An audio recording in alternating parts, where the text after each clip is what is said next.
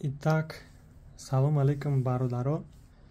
Короче, ами гуфтам ҳами видеоро бикунам ки чтобы як каса, короче, дарс шава. Это для тех любителей погонять на таджикских номерах, да, вот. Раньше были слухи, что типа можно безнаказанно гонять там и штраф ягончнамия, да, типа. Инако тоже мамам хотел фигур кем, но на самом деле никак не. Хай ничего этим фамилия, имя, отчество. Умадагян холи, это еще не все. То есть там почтара проверка, как есть тема, умадестан вроде.